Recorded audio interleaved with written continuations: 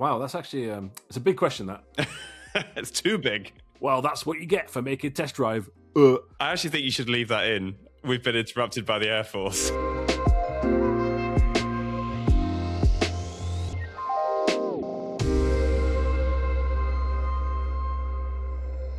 Welcome back to the Traction Control podcast, your weekly dose of sim racing and racing game news, opinions, big picture thoughts. Slightly different this week. I'm Tom, as ever joined by Tom, but no John. John Munro is on holiday. This is unacceptable. I think we should ban the omission of John only, because then we're Tom and Tom. Tom and John is much easier than Tom and Tom. Yeah. It's daft. So he's banned from going on holiday from now on. He's in Amsterdam. Yeah, we hope he has a good time. He's had a puncher on the way down, though, but I digress. He's made it there. So with that in mind, we're going to slightly mix up the format this week. We'll save full send and dead end for when he's back. And we're also... No quiz, I hope. There's definitely not a quiz. Thank the Lord. I'd still lose, even if it was just me. Somehow.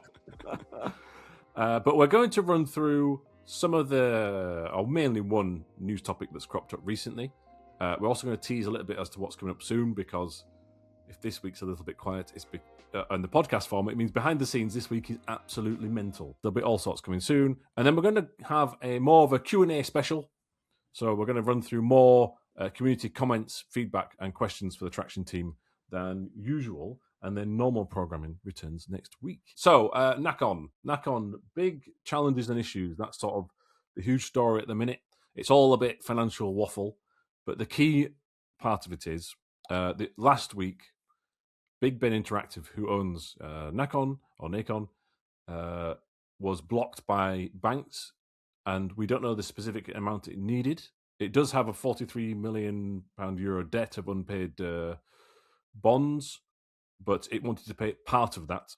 So that's the element where it's not particularly clear. They could be at 42,990,000, and actually, if we just all pull together, if we set up a GoFundMe, we just need 10 grand, and Traxion and the community can own 51% of Nacon.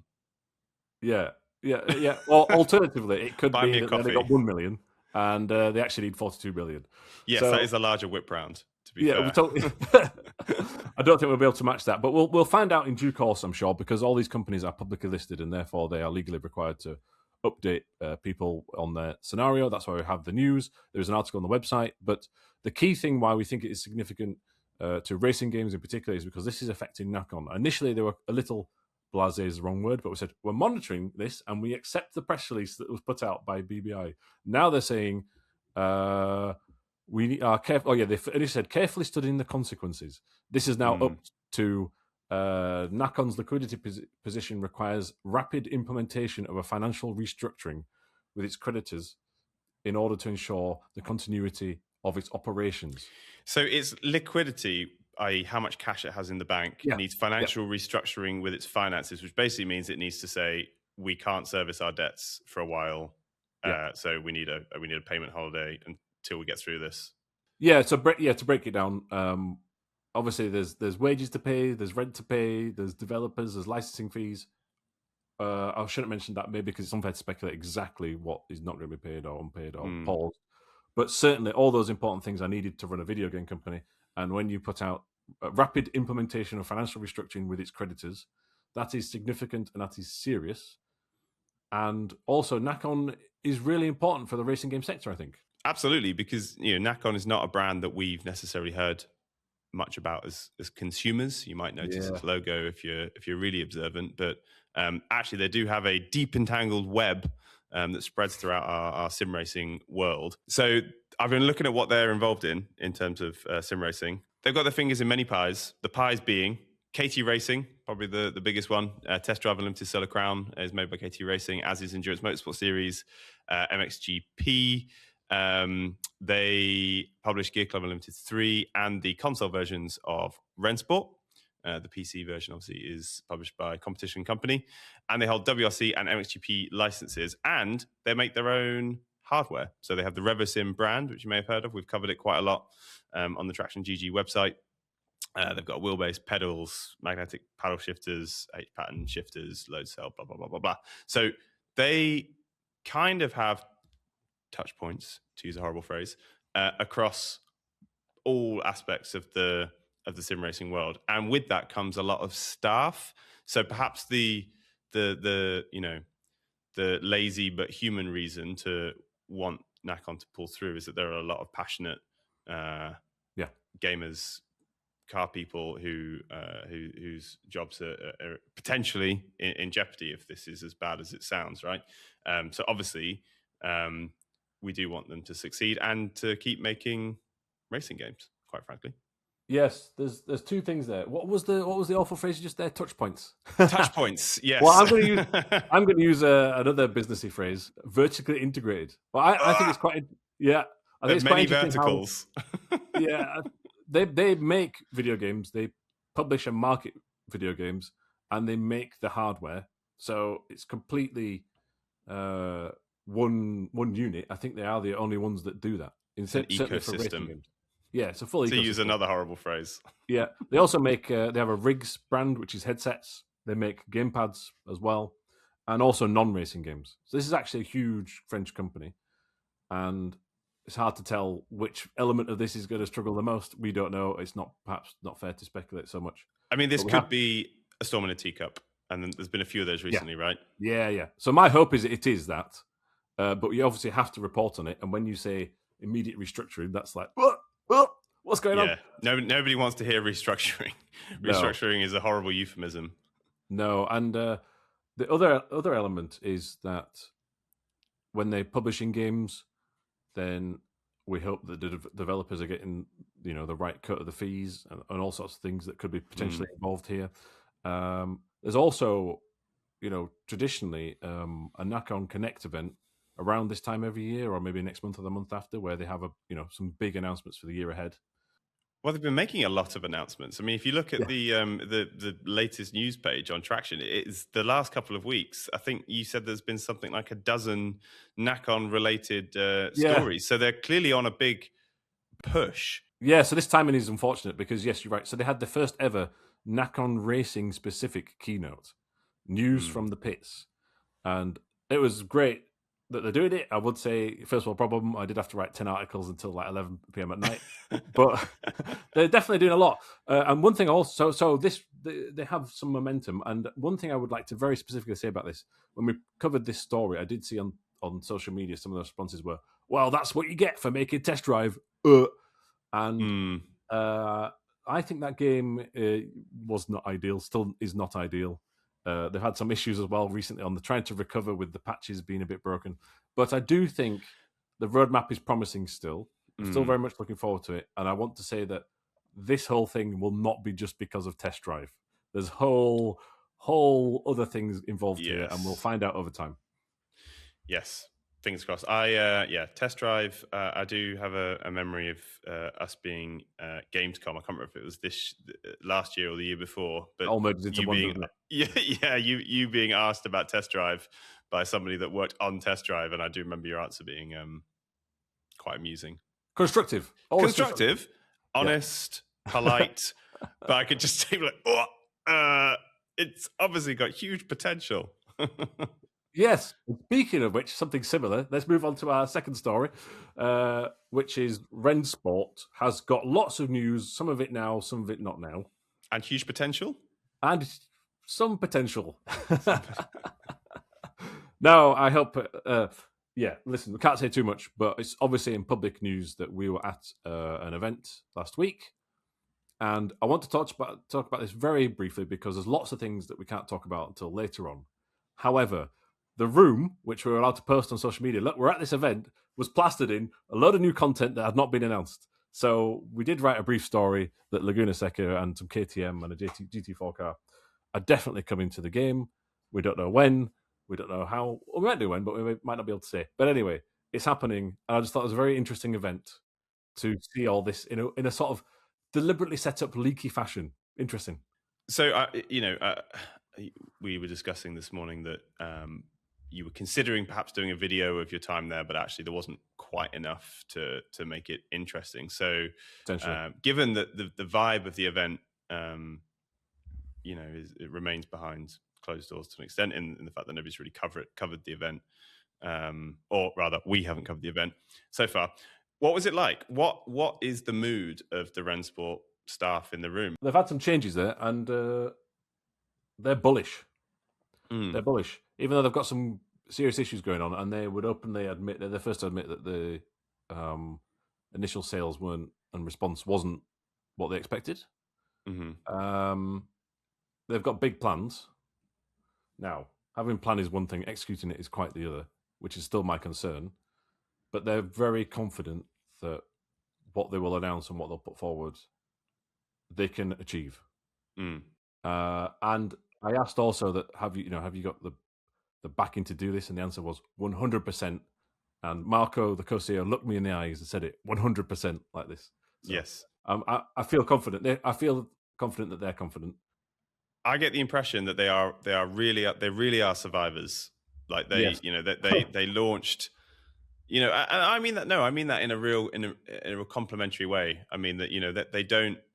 When they fall, they get back up again. And they have fallen, and we've talked about it, covered it, because that's our role, right? Not to just sugarcoat everything, but if something comes out it's not very good, then we'll say it. Yep. I think we've discussed this on the podcast many times, but when they first launched and they didn't say NFT, but they used the phrase digital ownership, I think that put back their PR campaign by like 3 years.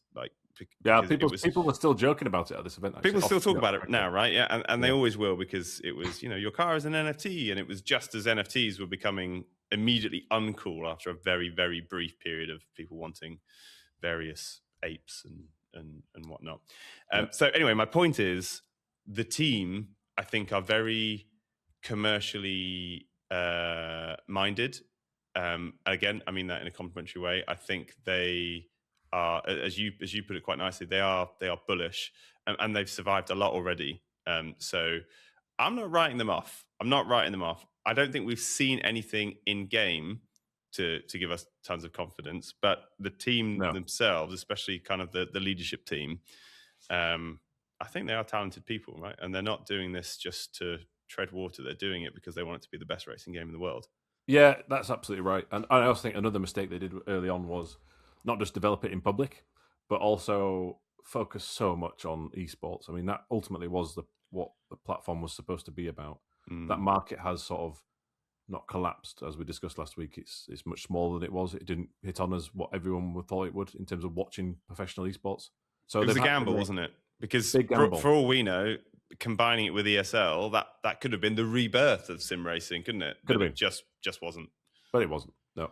And it was brave. And so then they had to change and go, right, we need to be on consoles. We need AI. And it had the single worst AI racing I've ever seen in my life.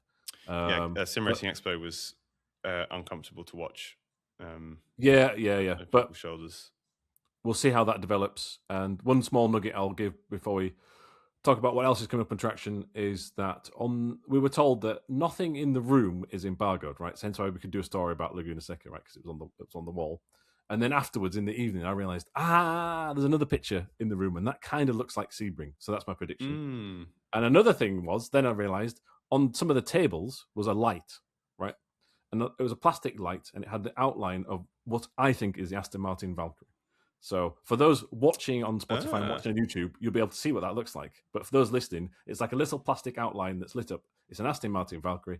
Now, that could mean Valkyrie confirmed. It could also mean that was the only shape of light that was car-shaped available, and it's completely coincidence. So we're not reading into that too much. I love the live Easter egg concept. That's very cool.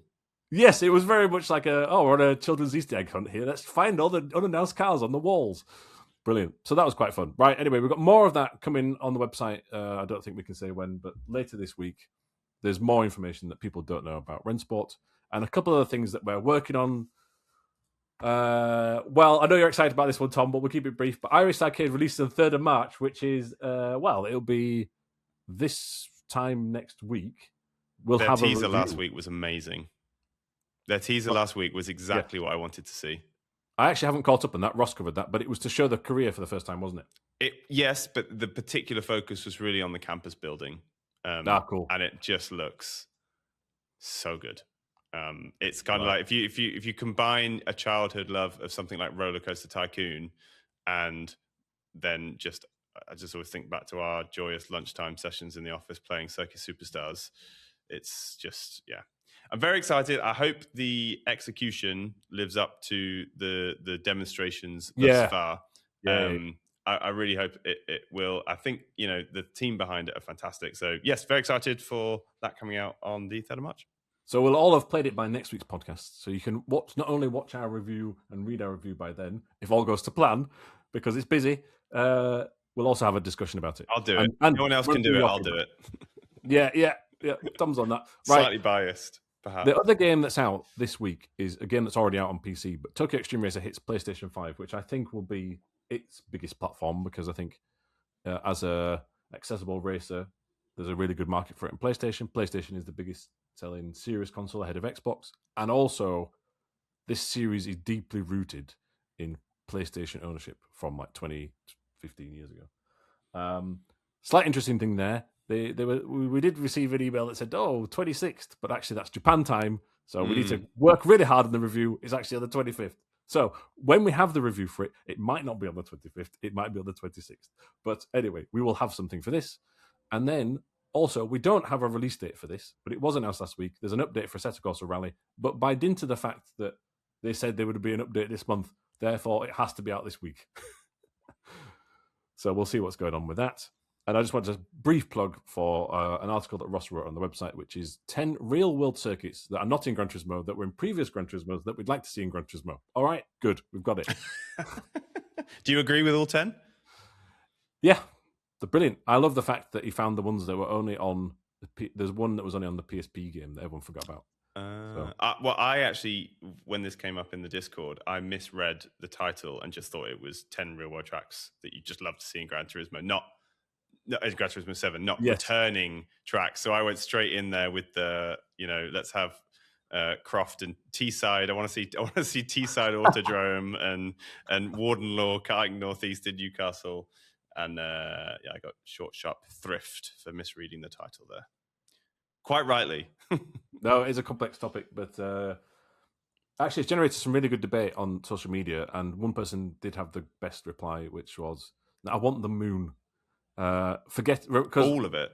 Free roam, I assume. The moon was actually represented with a moon buggy in Gran Turismo 6, and you could drive around it in some missions. All of the moon?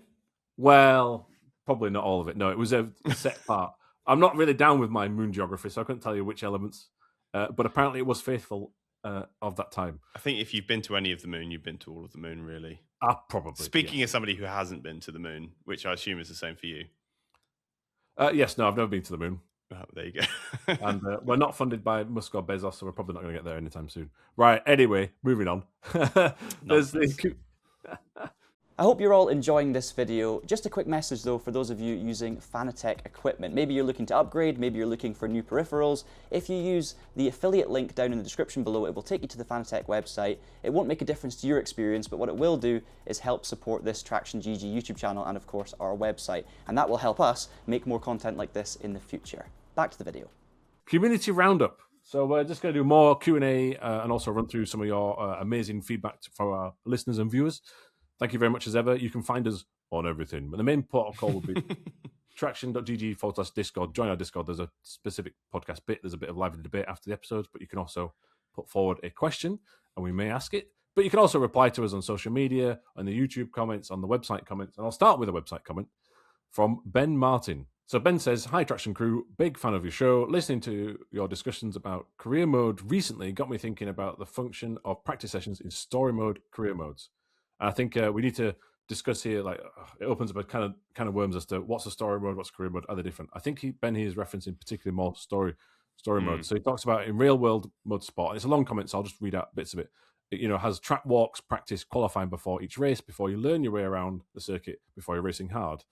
He also references something similar to this in iRacing, for example. In contrast, games like Grid Legends and the Formula 1 Breaking Point story modes sometimes drop you in mid-lap in order to cut to the drama, which is quite a cool thing. However, what I've never thought about, if you know the track, that's fine. But it's really frustrating if you don't know the track, especially with Grid Legends, where some of them are fictional, right? I'd say the Formula 1 game should always have a skippable practice session before a race. The fantasy is being an F1 driver, and not knowing or remembering the track just breaks that. You could even go further in really leaning into practice, such as adding dramatic incidents from practice in the story, or use practice to tune the AI before the race. Well, I agree, Ben. Thoughts on story modes there, Tom? Yeah, I like it. I do think there's one thing that I think he's absolutely dialed in on, which is that practice in career modes can be so dull.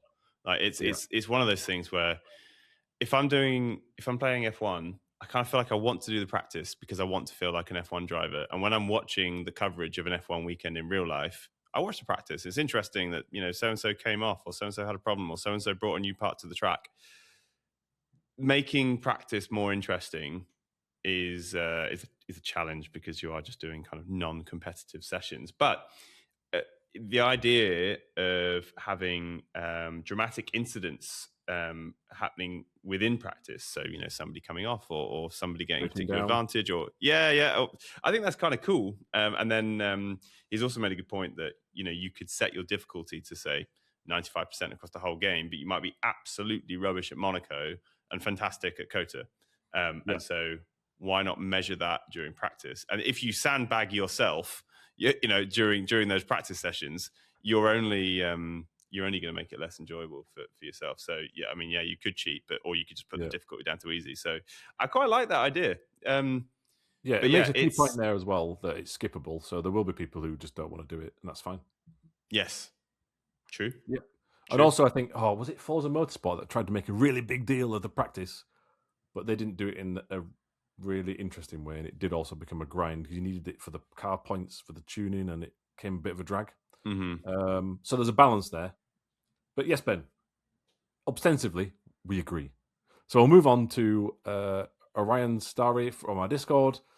Do you like it when some games, for example, Grid Legends again, Gran Turismo 7, add fictional race cars that mix it in with the real world GT3 vehicles? I personally do because it adds much needed variety to classes in games that do this, but I'm curious as to what you think. Well, there is an element of if it's a super serious simulation, or if it's framed as that, then this is controversial because those vehicles do not exist in real life. However, on the flip side, licensing is difficult and expensive. I don't see it with cars, but I would agree with him in terms of tracks. So what I mean by that is like I feel like there's a car for everything. For every sort of type of racing you could want to do, there is a car that exists for it that could be licensed and put in the game. So as to realism, tracks, I don't mind a fictional track. There's a million tracks which still haven't been designed that could be maybe not a million actually, but there's probably some maths to be done there to work that out. But there are lots of different tracks that you could add in different locations to add variety. So I like fictional tracks. Is one of my favorite things about Gran Turismo 7 is the fictional tracks that you only get there. People have their favorites, right? Cars, I don't know what problem that's solving necessarily, because if it's single make, it's single make, and if it's if it's multi-class, then I think there's just already enough interesting cars to fill those gaps. So I would, if he hasn't extended the question to tracks, but if he had, I would say I agree with you. So I agree with the point that you haven't made there. So perhaps I'm just saying in a very odd British way that I politely disagree. Politely disagree. Okay, yeah. I personally don't mind it. I mean, I did see at Sim Formula Europe, using the last garage, there was a VCO esports event, and they'd created the Vicarus fictional car for that. Yes. Did it change my enjoyment of that, watching that race, if it was a real car or not? No, I didn't actually care. Thought it was fine that it was fictional. But I understand that if I'm in iRacing and I'm paying the fees, then I expect it all to be real world cars to fit in there. And then Gran Turismo, I mind less for some reason because I'm paying for the game and that's it. And if I want to fill out the car classes a bit and they're all balanced performance, then if there's something different in there, fine. Wow, that's actually it's a big question. That big question. I think it's too big. We might not have answered it, but anyway, right. So with that in mind, big question here from Paul Glover. Are they games or a sim? What makes one a game and another a sim? Are they the same thing? So are they games or a sim? Games. What makes one a game and another a sim? Games are fun. Sims are commercial products. Are they the same thing? No. There you go. Wow. Okay. Well, I don't need to answer. Brilliant. Moving on. Yes, you do. Come on. All simulations are video games because they are like real life does not have a point system if you hit someone. Oh, well, it does kind of if you get license on your points, but you know what I mean? It doesn't have safety scores and driver ratings. Driver ratings do not exist in real life, right? It's all gamified. So that's my opinion. But then there can be also one that is clearly, obviously trying to be more real than another. That doesn't make it better or worse, which is another debate for another time. And we're being interrupted by the Air Force. I could hear the. I was going to say, can you hear that? The jet just gone over. Jet going by. I think it's gone. I think if you've already heard it, it's already gone. I actually think you should leave that in. We've been interrupted by the Air Force. That was very funny, but we were. Yeah, also it distracted me from answering this question further, so I'm just going to move on. Right, I nearly said Daniel, but Daniel H, apologies for the pronunciation there, on X said, do you think the new Amazon-led Maverick Games game could make a good Forza Horizon substitute, or do they just make their own style entirely? Now, this game has not been announced, but Maverick Games, quick context, is a lot of the ex-leads on Forza Horizon, up to Forza Horizon 5, have left. They've hired some other people from racing games, like Codemasters and Sumo Digital, into a dream team. It's probably in Leamington Spa because everything's developed in Leamington Spa. And they're called Maverick Games, and they've got a publishing deal with Amazon. We think it's going to be a story-driven open-world game. And so just by the fact that it's going to be story-driven as a feature, because I think they've announced an actor who's already in it, I think it's going to be very, very different. Yes, I agree. I don't. Yeah, fine. I don't know. Yeah, we'll find out soon. I'm looking forward to seeing what it is, if that answers the question as well. And I think if it is just very, very similar to Forza Horizon, it won't survive because the other game's got the brand name and the player base and the Game Pass. Right, there's a big one here, and I'm not going to read this one out. Right. I think you should do it, Tom. Then I will do it. So this is from Jonathan, and this was one of many emails that I got on Thursday, when we did our first email newsletter in the breaking series, which is what we're calling it, which is essentially if there is big news in our sim racing world that comes out between our usual Tuesday sim racing newsletter, which you can subscribe to, TractionGG/newsletter. If something happens between those Tuesdays and it's worthy of an email, then we send out the breaking series. So we had breaking news about Assetto Corsa EVO dropping the XP and in-game currency features from its roadmap. And I got lots of emails, so you can just reply straight to the email, and a lot of people did. One thing I concluded is that people really, really care about this. This is I've never had this many people with quite long emails explaining their thoughts of why they did or didn't agree with my general sentiment about what was going on.